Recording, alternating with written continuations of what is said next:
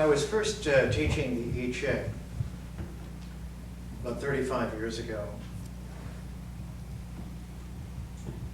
we found an illustration in an old Chinese book that was quite interesting, and I used it as a poster.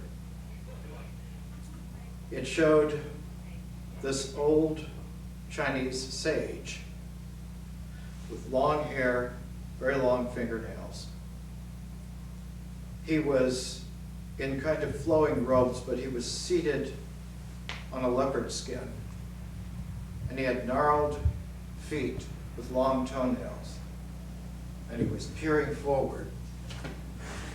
And he was looking at a space in between a turtle and a series of symbols drawn by the finger in the dust. And the symbols were the 8 trigrams of the I Ching. And the figure was Fu Xi, who lived about 5,000 years ago.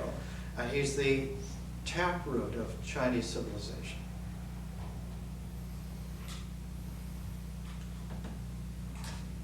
My mentor in San Francisco, Guy Yushu, did a big 3-volume work that's never been published yet.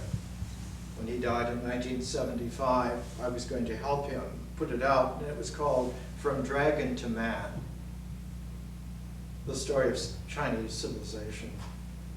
And Fu Xi is the dragon man. He's the original dragon man. And what's interesting is that Fu Xi was always paired with his consort, and her name was Nu Gua. And when a British explorer was in the Gobi Desert around 1900 and was in an area that no one had gone into for about 500 or 600 years, the middle of the Gobi Desert is forbidding. He was in a cemetery in a place that used to be called Lulan 1,500 years ago. And Stein was the emissary of the British Museum. And he was one of the first explorers to go into the middle of the Gobi Desert. And his works are usually huge tomes in volumes. Innermost Asia is 5 big volumes. Ser India, Ser means China and India, in between India and China, another 5 volumes. He said that as he came into the ancient site of Lulan, the Gobi wind began whistling in very odd ways, and suddenly he realized that these mounds that were lining the desert were an ancient road, and that this ancient road was once flanked by huge tamarisk trees, and that these tamarisk trees had rotted and had left this gnarled root bunch in this double row of this ancient road that had been whipped by Gobi desert sands for centuries and centuries. And the sound of the wind, the Gobi lonely wind, in those tamarisk mounds. Sir R.L. Stein, he was later knighted for his efforts, realized that he was on the verge of some kind of magical discovery. And indeed, later that day, he found in the cemetery in Lulan some of the most startling archaeological documents of all time. He found a Greek face holding a hermetic caduceus sign on tapestry that was in shreds mostly. He found an ancient tapestry of a bodhisattva that had a St. Andrew's cross in his aura. And he found the earliest recording of Fu Xi and Nu Gua, and they were dragon bodies that were intertwined like the double helix and coming out at the top. as if it were a tuning fork of immense energy, Fuxi held a carpenter's square, which is a right angle with a crossbar used to square things in carpentry, architecture. And Nugua was holding a plumb bob. And it meant that that feminine aspect was the determiner of the axis of symmetry in the rotation of the universe, and that he, as the complement to her, was able to translate that symmetrical energy into structure that was squared or cubed. All of the materials that Sir Arl found ended up in the British Museum, and for about 50 years it was only available to scholars who could go there with very special permission. And about 15 years ago, the Japanese publishing company Kodansha put out 3 big, huge volumes, several $1,000s each. And I was fortunate enough to have a student at the time, the granddaughter of William Jennings Bryan, and she bought a set for me. Fuxi, when he, as a dragon man, was looking at the tortoise, he would be looking at ancient divination. Divination that goes back to Paleolithic times, tens of thousands of years. And that divination was always that the tortoise shell would be thrown into the fire, and however the shell would crack, there were specially trained shaman who knew how to look at those cracks and intuit the pattern. And in ancient divination, that's called auguring. But there was another person always who would take what was augured and would do the interpretation. Because ancient divination was always split between the augur, who was a master of ritual, and the interpreter, who was a master of symbol. And that you had to have ritual and symbol together because they were two forms, two kinds of forms. One is a form of existential action in the world. The other is a form of the mind's structure. And when the mind's structure is aligned to the existential action of the world, what becomes tuned in between them is the vibration of experience. So that when experience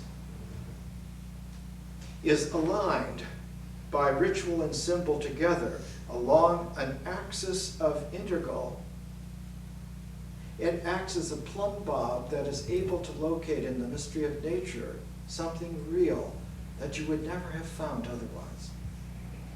And what Fuxi found was his square, his way of squaring the energy synergy axis of experience, so that the symbols of the mind, the trigrams, would link in a very articulate, direct, aligned way with the actions that we take in life existentially. And so he changed divination forever, for all time. That divination was no longer trying to read the pattern of the tortoise, but was instead reading the pattern of the universe directly into the mind. Those 8 trigrams were composed of only one thing and a non-thing. The non-thing was Tao, and the thing was Te. And while Te usually translates as unity, or sometimes it's translated as power, the way and the power, Te actually means the objectivity of existence, of existential quality. And existential quality registers because Tao does not register at all. But as one is working with existence, you cannot find the Tao of nature. It's not findable. The only thing that one can do on the ritual level is to participate in nature cycles and trust that your participation in it is working because the fruits of it come out. But there's no way to be certain, and there's no way to understand what you're doing. So it takes the development of symbols in the mind to have that certainty, to have that integral completed, so that it isn't just ritual participation in the mystery of nature, but it's ritual and symbol aligned so that experience has its symmetrical axial rotation in such a way that it's like a plumb line that goes into that mysteriousness of nature, which one now for the very first time understands.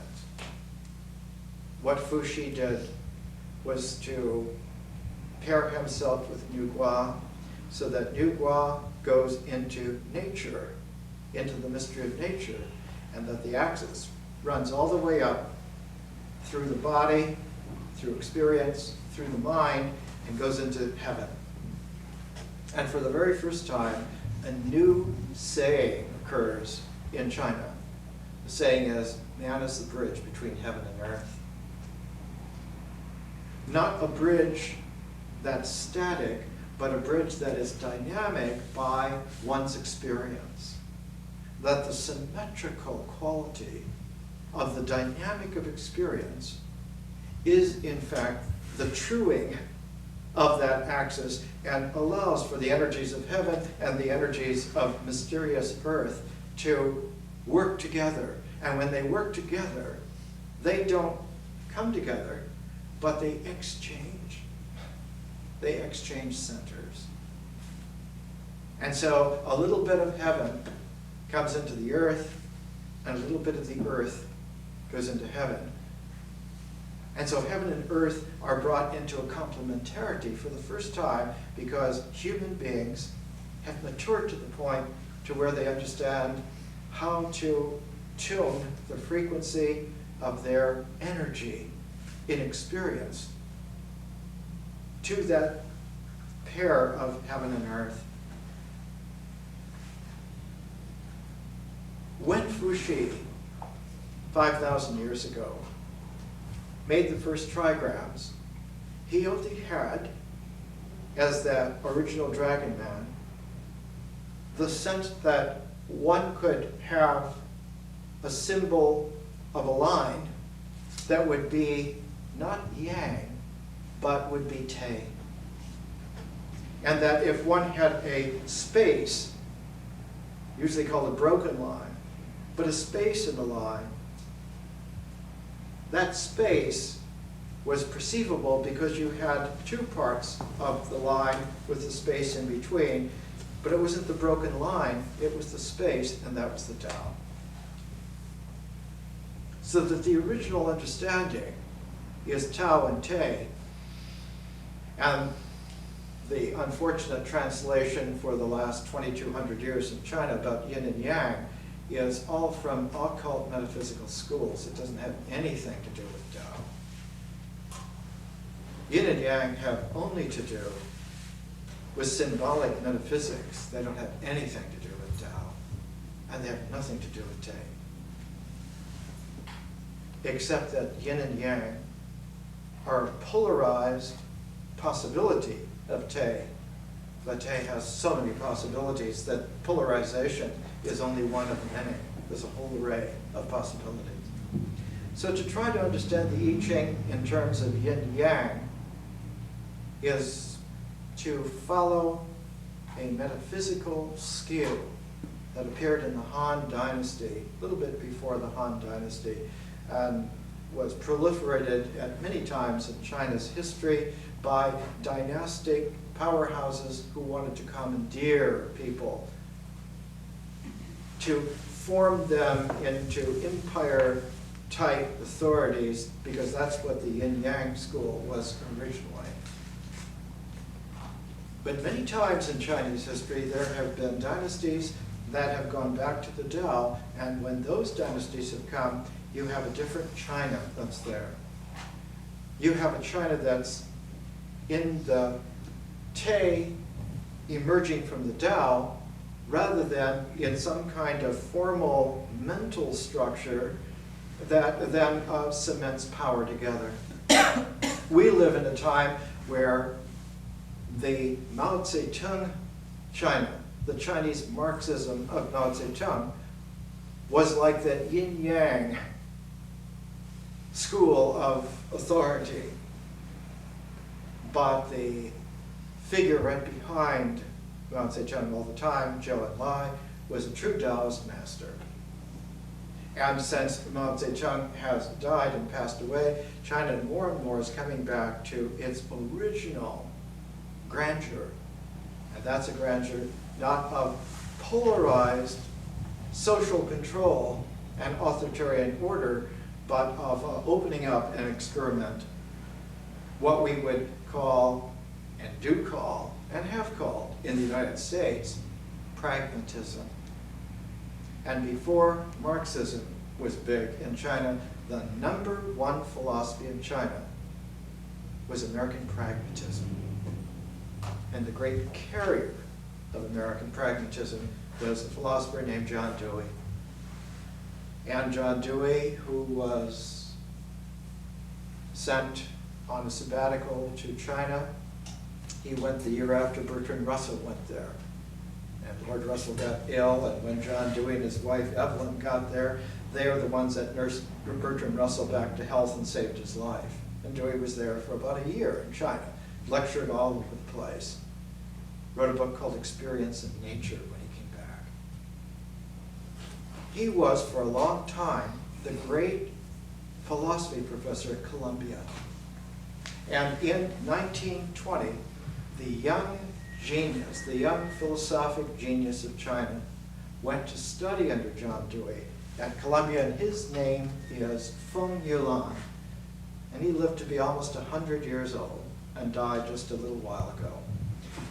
And his greatest work is the big 2-volume A History of Chinese Philosophy, translated by Professor Dirk Bode and published by Princeton. And it became cause célèbre because never in the history of China ever was there someone who went through patiently and showed the two different qualities of China and how they really come together if one takes a pragmatic outlook. He's the one that brought Taoism and Confucianism back into a kind of a synergy that they had.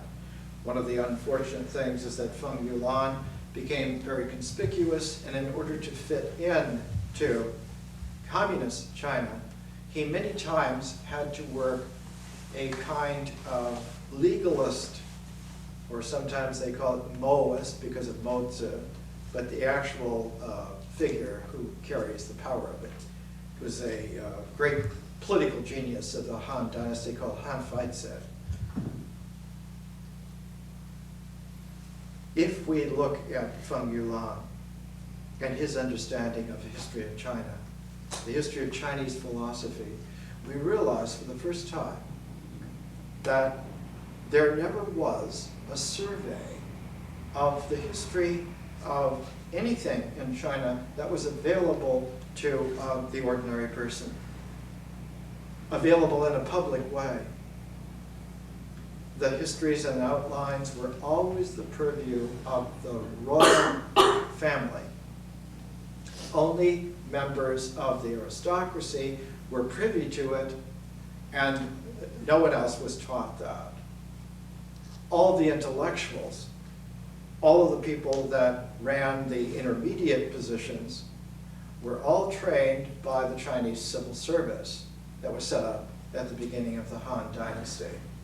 And the Chinese civil service lasted from 220 BC to 1911 AD. But that training was always limited to a series, just a handful of Chinese classics. The first one that was used was the I Ching, and when you were finished with the others, the book of poetry, the book of history, some of the Confucian classics, the great learning, the doctrine of the mean, the Analects of Confucius, the Lunyu, the Mencius. One finished that whole array, you came back to the I Ching. And that however you did on the state exams, having limited yourself to these classics and the interpretations and commentaries that were approved, you had to learn not original thought, but you had to learn what was the approved thought. And the commentaries that built up were specifically aimed to constrict the I Ching.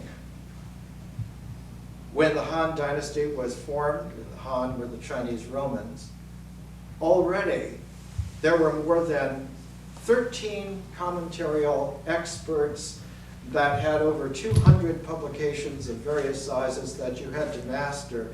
And by the time you got another 1,000 years into Chinese history, there were hundreds and hundreds of standard commentators and thousands of detailed commentaries. All of this was meant in a very medieval way, in a very scholastic way, to clip your wings, to blinder your eyes, to make sure that you understood. This is how to read this. This is what this means. This is how the state continues to work, because everyone cooperates. And of course, this didn't satisfy everyone in China. In fact, a great number of social rebels in Chinese history, anarchists, rebels that would start all kinds of revolutions, hermits that would go off into the mountains, poets, artists, musicians, and in all of this melee, they always looked at the I Ching with original eyes. And the original eyes were tuned to Lao Tzu, the Tao Te Ching. Because the Tao Te Ching, for the first time, goes back to the way in which the I Ching was matured out of the trigrams of Fuxi into the hexagrams of the I Ching as we have it today. The I Ching was there 2,200 years ago. The I Ching that was there 3,000 years ago. Because in between Fuxi and the next very powerful group to be able to understand how it was that the trigrams paired together to make hexagrams, and that when you had hexagrams, it put a different emphasis. The trigrams were an emphasis of heaven's order coming into the play of the earth through man, whereas the hexagrams are a sense that the foundation is that man's participation is creative and changes the way in which heaven and earth both relate to each other and relate to himself. And so the emphasis moves from heaven to man. So that the trigrams of the I Ching are 5,000 years old, and they relate to heaven's order. And the hexagrams of the I Ching are about 3,000 years ago at the founding of the Zhou dynasty. And they relate to how man creatively recalibrates heaven and earth together. Lao Tzu comes about 600 years at the very end of the Zhou dynasty, when it was corrupt, falling apart, a time of great turmoil, but also a time of all the great philosophers, Confucius, Lao Tzu, all Mencius, all Chuang-Tzu, all the great Chinese thinkers all come within a couple of 100 years. Lao Tzu is the first, and he's the one who goes back and goes through the I Ching of the hexagrams and goes all the way back to Tao Te of Fuxi.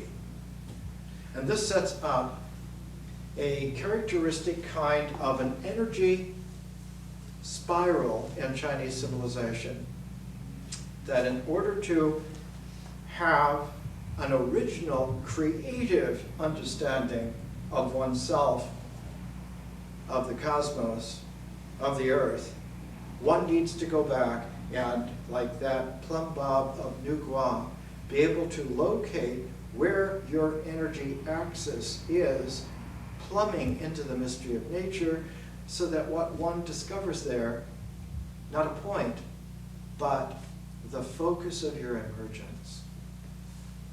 Because our body and our mind both emerge out of nature. They emerge out of the nature of the earth, whereas the spirit emerges out of the nature of heaven. And the mind, because it is also able to go into a complementarity with the spirit, the mind also is able to be both earth emergent and heaven emergent. And when it is emergent in both ways, a very curious thing happens to the mind.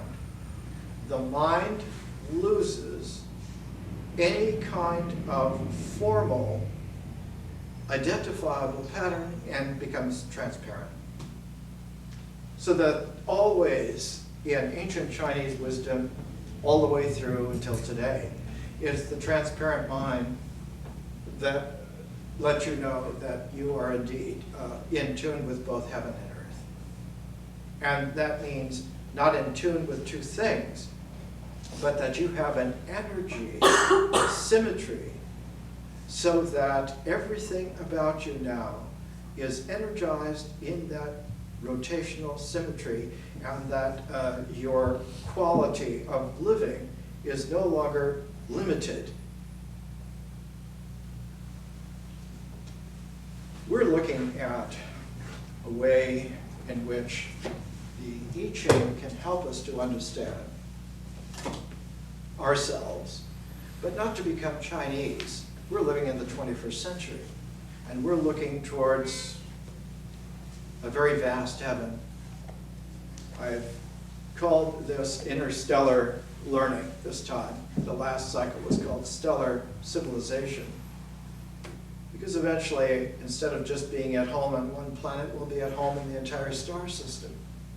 And while civilization is a very large form, there always needs to be a wilder range of possibility than the form that you're using. The man, more than anyone, who's pointed that out, perhaps the man best since Lao Tzu to point it out, is Thoreau, Henry David Thoreau. And so we're using Thoreau together with the I Ching. Thoreau is that kind of a Taoist sage. I've never seen a Chinese book dedicated to him, but I have several books from India dedicated to the sage of North America, Henry David Thoreau. Indians like Gandhi and Tagore and Sri Aurobindo all admired Thoreau as a sage, and that he was. One of the earliest reportings that we have of the little school boy Thoreau is that during the recess where other boys were playing their games, Thoreau would be watching them deadpan, seemingly. And they had two nicknames for him. One was the old maid, because he never played the games. And the other was the judge, because he always had this unmovable expression of intentness. That intentness was an uncanny ability, like an ancient Paleolithic sage, to just participate with nature with a transparent mind. Nothing whatsoever interfering with the participation.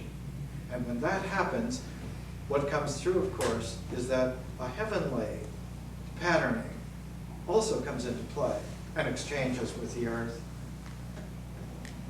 When we look at Thoreau and we see his early features in a sketch, there's a quality to Thoreau that's very uncanny.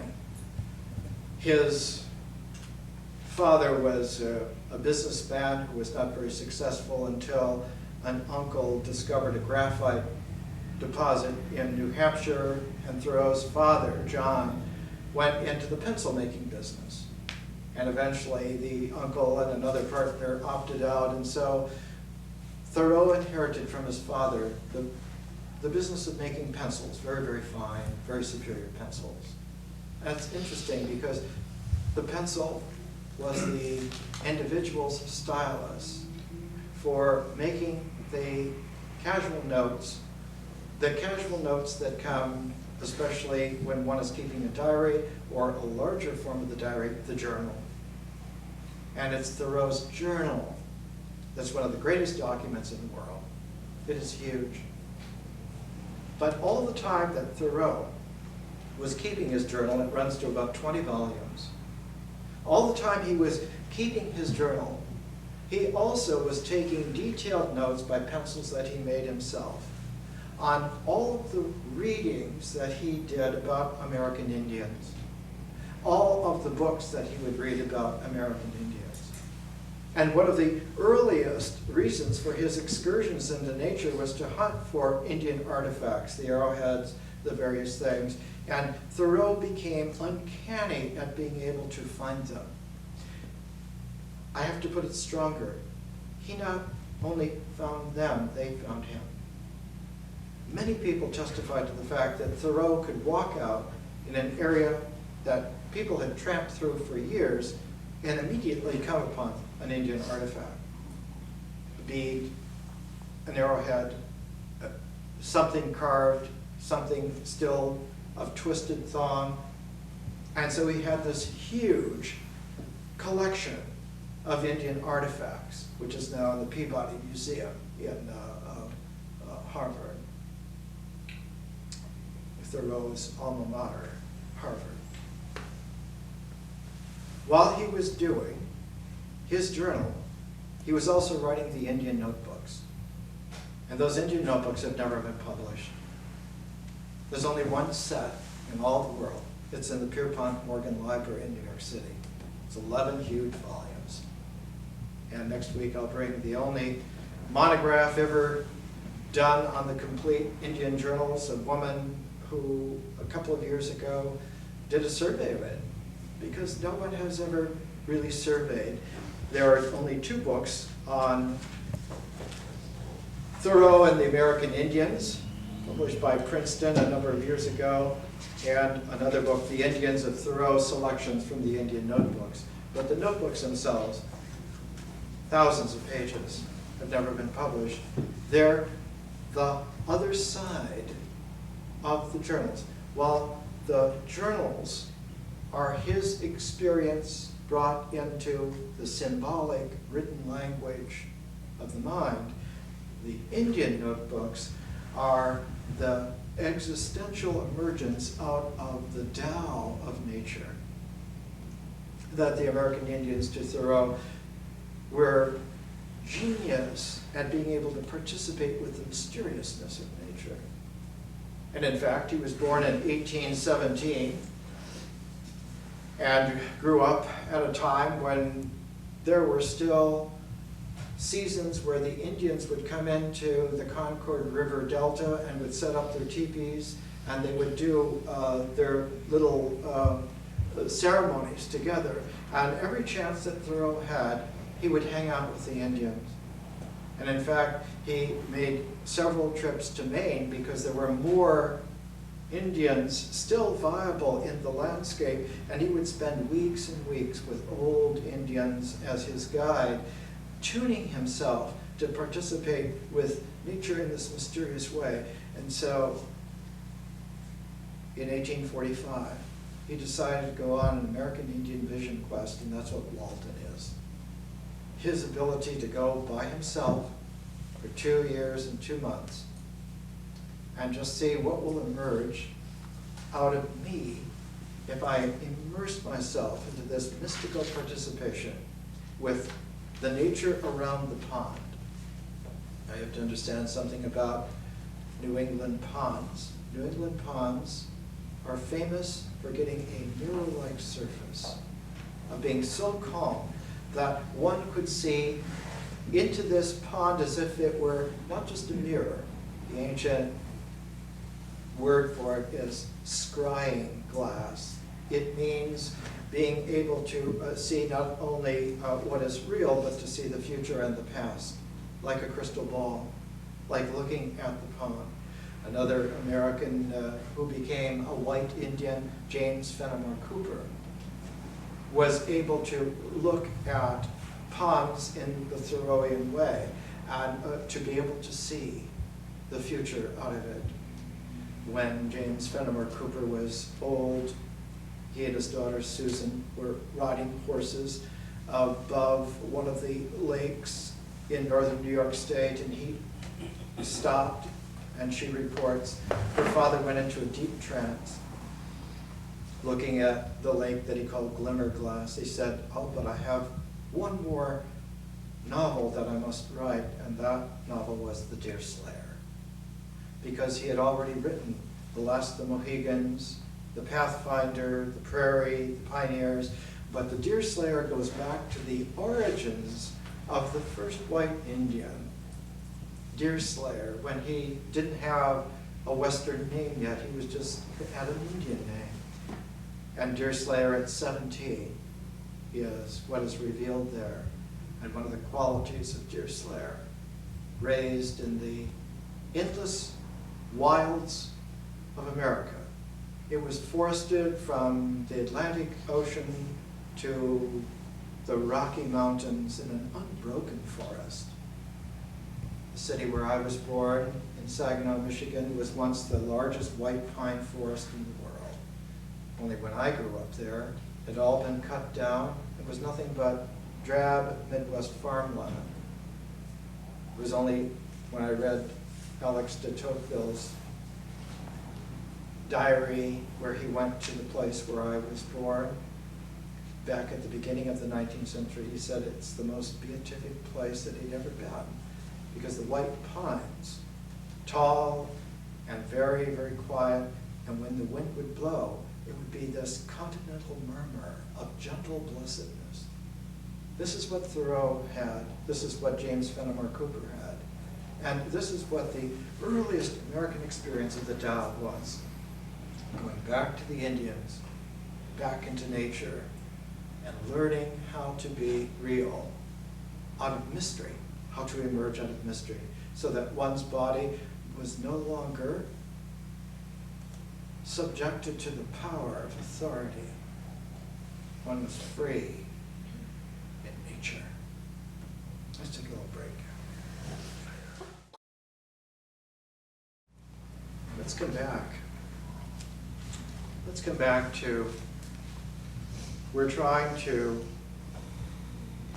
open ourselves up to a completely different scale and a completely different dimension of learning. There are so many problems that we've inherited that we don't have time to enumerate them. So what happens is that I pair the promise with the problems. Because we were never told that there's all kinds of promise, nor that there are all kinds of problems. And so our miseducation is colossal. It's a parfait of truly dazzling complexity. And it's a wonder that any of us are even occasionally all right. So this is a process of running things clear like the way nature does it, to let the stream run over the rocks long enough and it'll purify itself. In nature, it takes about 3 or 4 miles, and water will purify itself, especially over granite. One of the reasons that the ancient ashram at Rishikesh was there is because it was one of the first sites in Paleolithic India. Old men in the ancient Vedic cycle. When they reached a certain age, they went away to make peace with the universe. And that's how the ashrams began in the Himalayas. And Rishikesh is where it is because the violence of the water that comes from the clear lake Manasawar, right at the crest of the Himalaya in the center is a mountain about 25,000 feet high called Kailas. And at the very foot of Kailas is a lake. We're talking about glimmer, glass, mirror lakes. And that Manasawar is the source of all the great rivers of India. The Brahmaputra, the Indus, all the great rivers run from that single source and go way out thousands and thousands of miles and come back. And so they embrace all of India. And where Rishikesh is, the water is so clear in its turmoil that it was the natural place, like the anvil in which one carries oneself, because there is a period in recalibration where everything is chaotic. It's a normal thing to have that happen. And what we try to do is here to experience little bits of the chaos all the time so it's distributed. And paired with it all the time are bits of a kind of a transcendental, penetrative insight. So there's a yoga to this. And by distributing it all this way, it makes it easier to assimilate. It's like real natural nourishment, natural vitamins, not something that you're waiting for the big weekend with the gurus, or you're waiting for this or that, but it's distributed. I used to call it the snowshoe effect. And one of the things that helps distribute in our education, we always use pairs of books, and every lunar cycle we change to a new pair.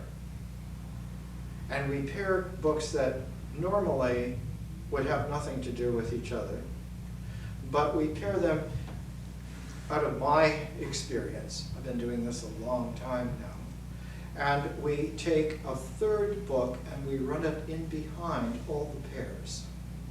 And the third book is a book that is very long, and you have a choice usually of 3 different ones to read during the whole year. And the whole technique is not to read it all at once or to read it straight through, but to distribute your reading so that you only read 4 or 5 pages, maybe in a week, but you do it during the whole year for the 52 weeks. The 3 books that we're going to use in the first year, The Odyssey by Homer, or Moby Dick by Herman Melville, or The Tale of Genji by Lady Murasaki. And I will talk about Lady Murasaki this week, and then talk about Melville next week, and then Homer the 3rd week, so that you get an idea of how these year-long, I call them text quests. We talk about Lady Murasaki for a moment. She wrote 1,000 years ago, and she's one of the greatest classics in world literature. She's easily the most dominant author in Japan. And her work stands on a par with those of all the great epic writers in world history. She's easily as great as Homer. We are miseducated. We don't understand that great women have been colossal authors for a very long time. The first major author in the world was a woman. Her name was Enheduanna. She was the daughter of Sargon the Great. She lived 4,400 years ago, and she wrote the Inanna cycle. The Arabian Nights tales are always imputed to Scheherazade. They always have a feminine quality to them. And the same with the Tale of Genji. Now, Lady Murasaki's Tale of Genji was originally translated into English by Arthur Waley. The first volume The Tale of Genji, 1926, translated from the Japanese, and he wrote or translated 6 volumes like this. They came out during the 20s and the early 30s. And then they were collected together in the modern library. So the Arthur Waley translation is like a traditional one. At one time, Anchor Paperbacks did the first volume, The Tale of Genji, in paperback. But there have since been 2 really colossally great translations of it. The first one, Edward Seitenstecker, is available, but the most recent one I think is the best, and this is by Royal Tyler, and it's still just in hardcover, published by Viking. This is signed by Royal. We saw him a couple of years ago in Brentwood.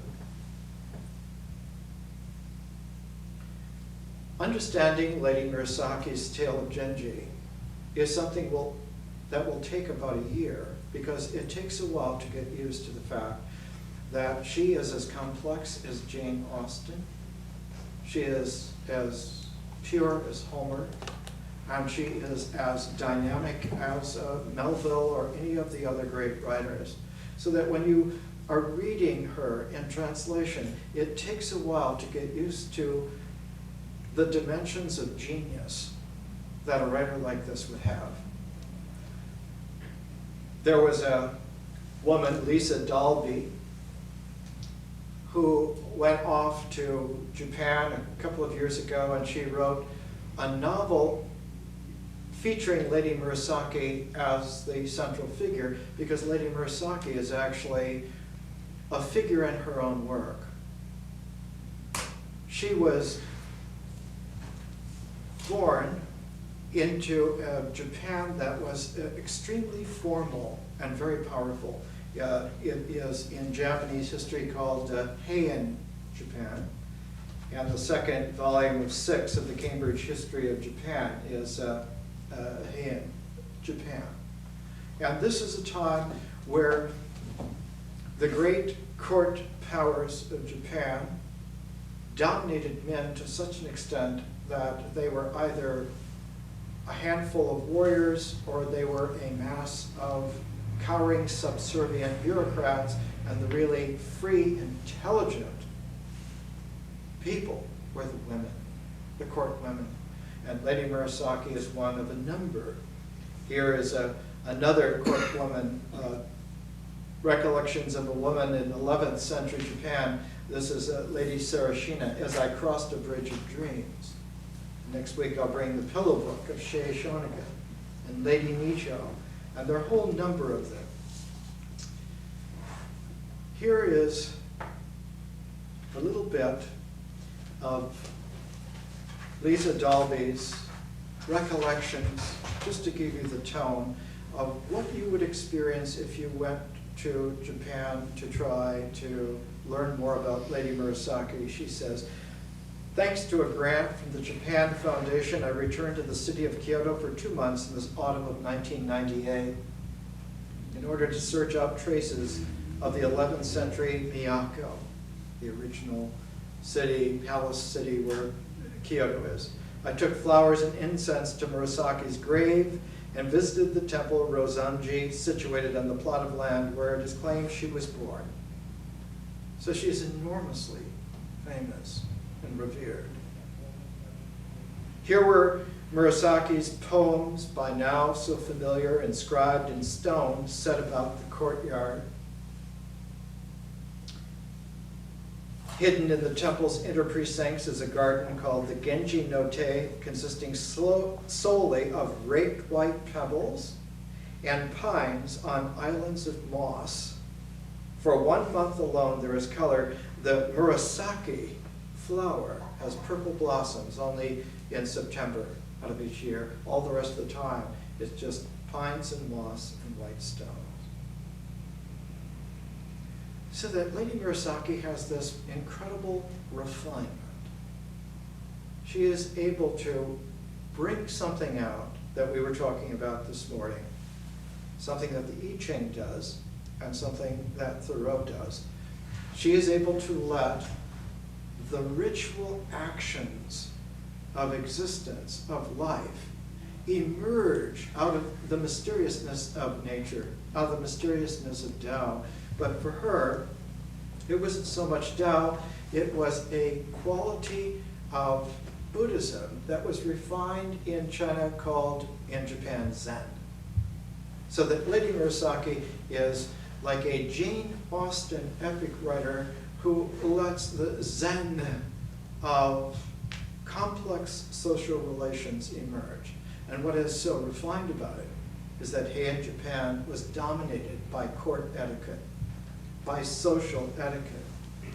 Almost nothing in the society was unconscious. All of it was politeness carried to the ultimate exactness. You knew who you were, what the pecking order was, what the relationships were, and a lot of this was inherited from China.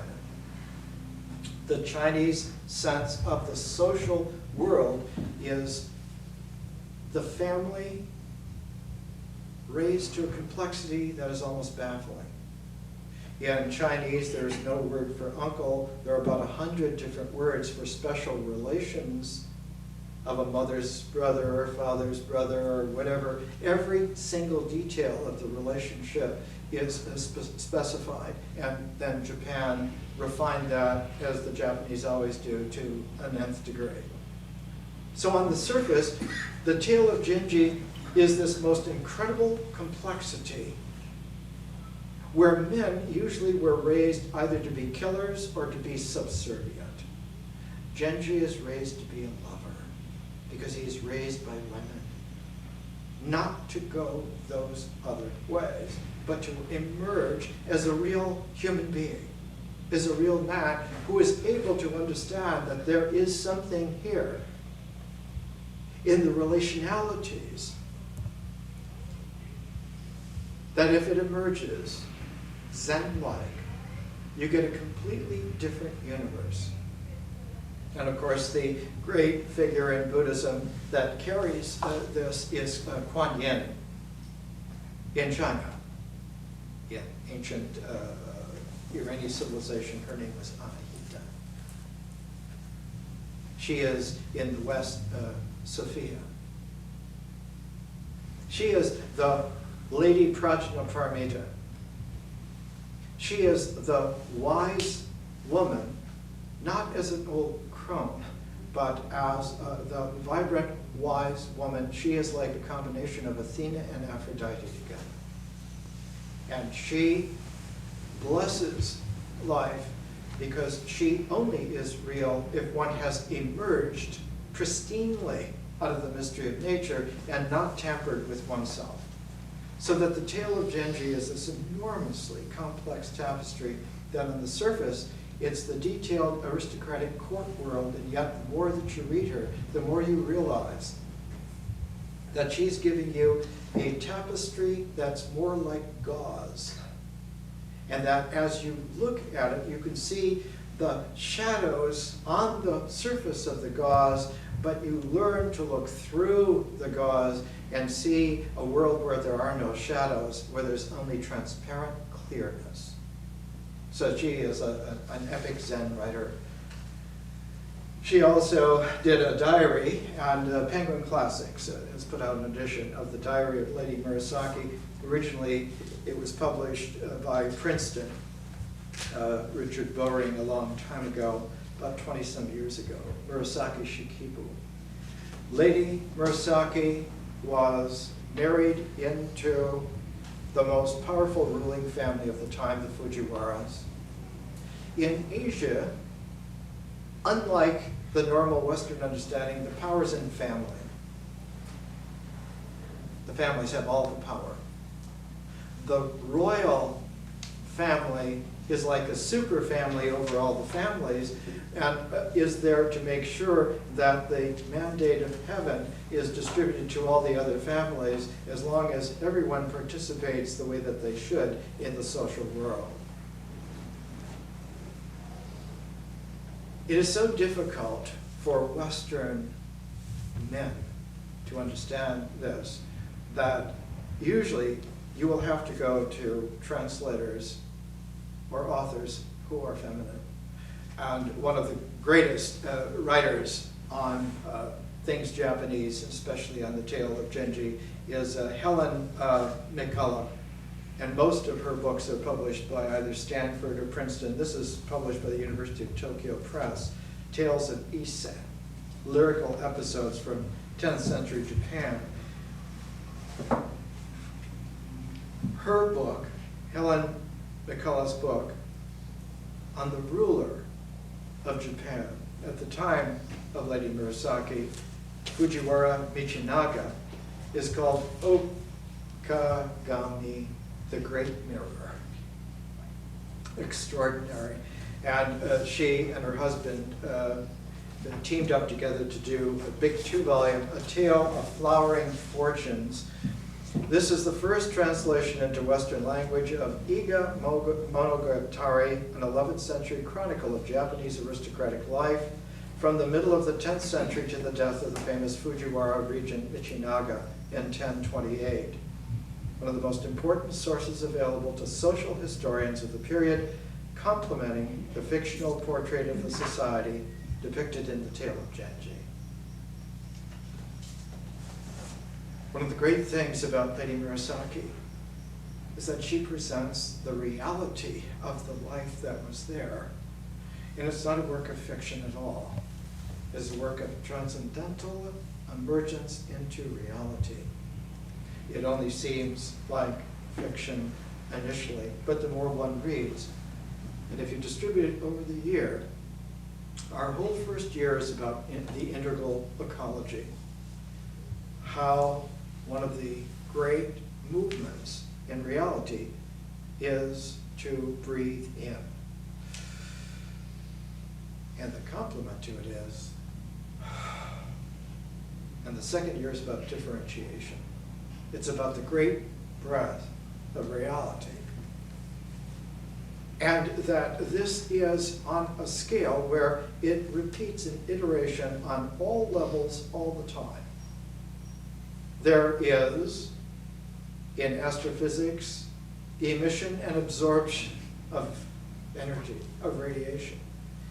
All of this is the natural complementarity. And as we were talking about this morning, the I Ching has a very deep taproot into this. The plumb bob of New Guam, the Carpenter Square of Fuxi. When you get an axis of energy, its axis is not static. It always has on every level, from photons and electrons all the way up to the energy frequency itself. It always is in a kind of a motion that has a rotational quality, and what keeps the zip in the rotation is called angular momentum. And the angular momentum translates its energy, its rotational energy, all the time as the tendency for forms to initially have symmetry in their dynamic aspect.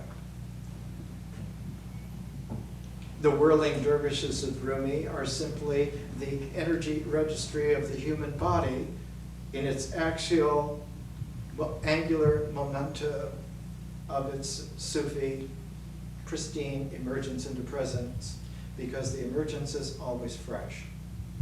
It wasn't that you emerged at one time and now you're here statically. It's that the emergence is an iteration that occurs all the time. So the deep yoga of it is to be calibrated to newness perpetually. That's what reality is. It's not a present as a point with a big past and an unknown future. It's that all of it occurs just now. And so the whole notion of what is a future and what is a past is severely crimped by the misinformed mind. This is an education where you will get a chance to let go of that miscalibration. And with this snowshoe effect of distribution over a 2-year double cycle, you'll be able to sensitize yourself. Now, my initial mentor in things Chinese, the I Ching, was not a doctor, was not a metaphysician, was not particularly any kind of occult person, but was a poet. And Gai Yu Shu, I put a page in the pamphlet with a photo of him. He died in 1975 in a very unusual circumstance, I'll talk about sometime. His first great book, reprinted many times, 20th Century Chinese Poetry, and went through all the poets, he knew them all. His mentor was the great Chinese poet Wen Yi-tu. So Wen Yi-tu is my poetic grandfather. And Wen Yi-tu was one of the first Chinese to leave China and go to the West. And to go to the West, it was like Sir Arlstein going to the middle of the Gobi Desert. When Wen Yi-tu went to Chicago, he left the kind of family-styled Chinese milieu that they'd been in for tens of thousands of years and arrived in the turmoil of American Chicago, where everything was lonely and no one had families and there was nothing but suffering. And Wen Yi-tu, here's a poem called Defeat. Once I cultivated a bowl of rare flowers and with difficulty produced one bud. But half open, half shut, it would never blow. I lost my patience from waiting and forcibly opened it up. Then day by day it withered pitifully. Now I wanted to close up again, but I could not. In the end, I never managed to see the flower I wanted to see. Once I dreamt a rare dream. I kept thinking that it was too misty. I didn't care and let it be broken. I woke and waited right till the moon set, waited till the day dawned to weave a new dream, but since I could not and could not repair the old one either, in the end I never dreamt the dream I wanted. Gai Yu was from Nanjing, sort of the Boston of China. And he was forced to see Wen Yi-tu machine gunned by the Japanese in the rape of Nanjing. About 150,000 people were killed within a few days. And so he became an interpreter for the American Army and the French armies because he was trilingual. And he went down on the Burma Road, became enormously courageous there, married a French woman, had two sons, Jean-Pierre and Roland, and they were perfect trilingual little boys. Remember them in the Cub Scout uniforms. They looked Chinese with French overtones, and they were able to chirp in 3 languages, English, French, and Chinese, just intermittently. He also was one of the great painters of contemporary China. He was a poet. He was the chairman of the World Literature Department of Stanford. He was the editor of the Chinese World newspaper in San Francisco. But he's also one of the great painters. And The Magic of the Brush is one of the books that he left on that. My other teacher in things Taoist is Kai Di. Kai Di, who was also a very famous actor. For those of you who remember Hawaii Five-0, he was the villain Wu Fat. He's been in many films, and enormously. He was the rector of the Taoist Sanctuary here in Los Angeles for many years, and did the 11th Wing, an exposition of the dynamics of the I Ching for now. And every year, for a number of years, he did the I Ching Taoist Book of Days that was published, and just enormously capable. So I come to the I Ching by way of poetry and painting, and by way of a Taoist master who was a consummate actor. I don't come as a metaphysician at all.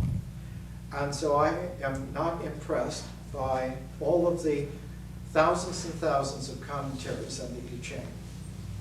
so much of it is just manhandled ignorance. Let's start with something very basic. Let's start with Fuxi, because that's exactly where one can begin, because that's where the pristine emergence was.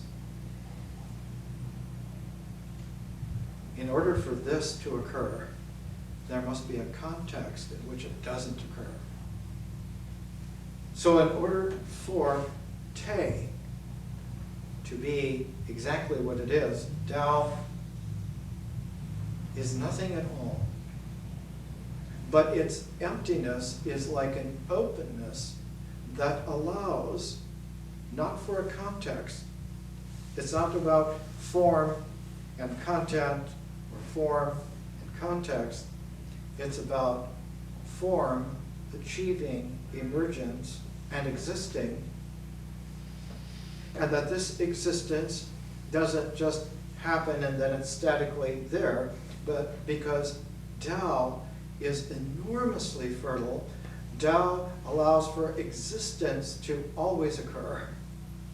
And each time it occurs, there's a slight change. It keeps within a certain pattern, so it seems to us that it's stable, and yet there's slight change all the time. Slight variation all the time. So that what Fuxi saw was that in order to bring Te in its exactness, one has to understand that it's not statically there, but that it's reoccurring all the time, so that the principle of existence is reoccurrence, iteration. And if you have a cycle of existence, its fundamental quality is that it goes through phases, which are sets of iteration, and then it returns. And so this cycle is called the energy cycle. And it's a 5-phase energy cycle. And because it's a 5-phase energy cycle in Fuxi, 5,000 years ago, all the Chinese systems are based on 5s. It's musical scale, it's pentatonic. There are 5 elements. There are 5s everywhere. There are 5 directions.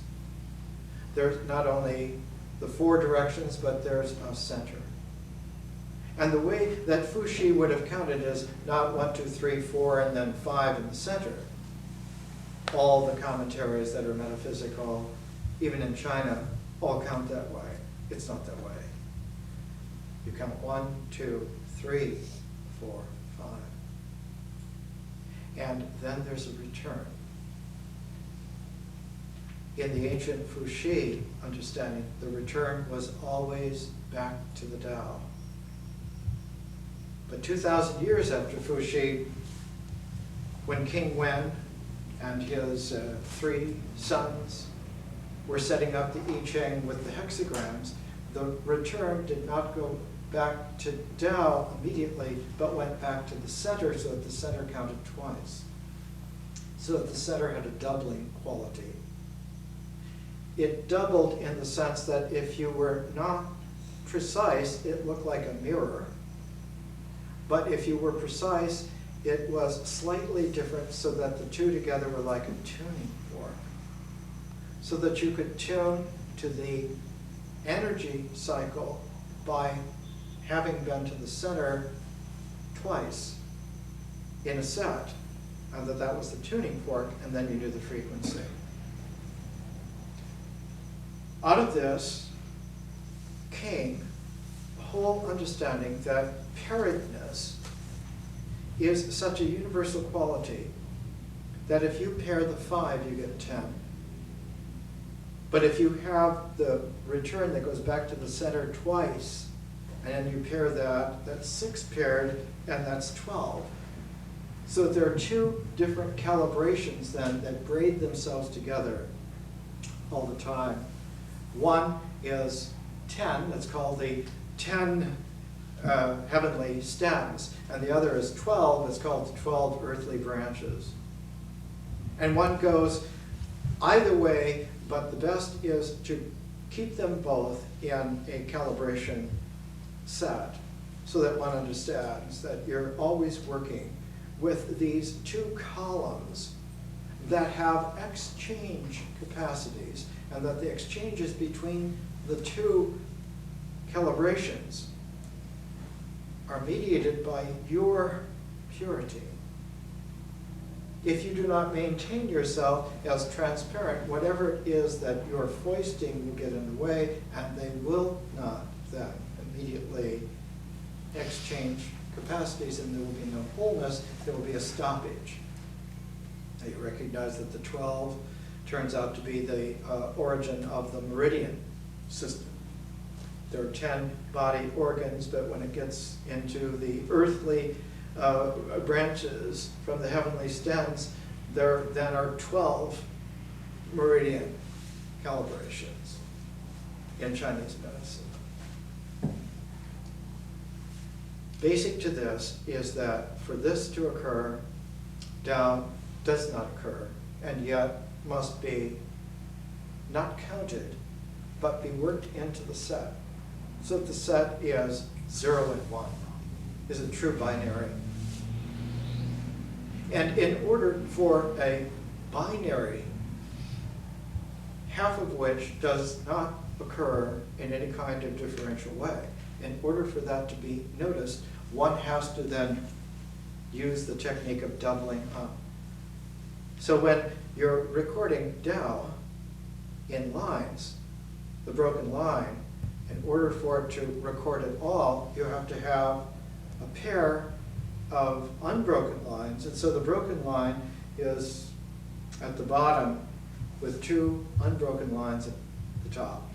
And this is the beginning of the yin. The yin cycle, the yin calibration.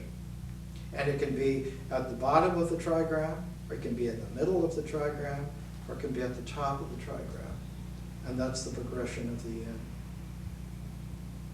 And then the broken line at the bottom, at the center, and at the top have the registry all together. And that trigram is the complete receptivity of Tao. The same thing for the yang. You have 2 broken lines, and then you have the yang at the bottom, the middle, and at the top, and then you have just the pure yang.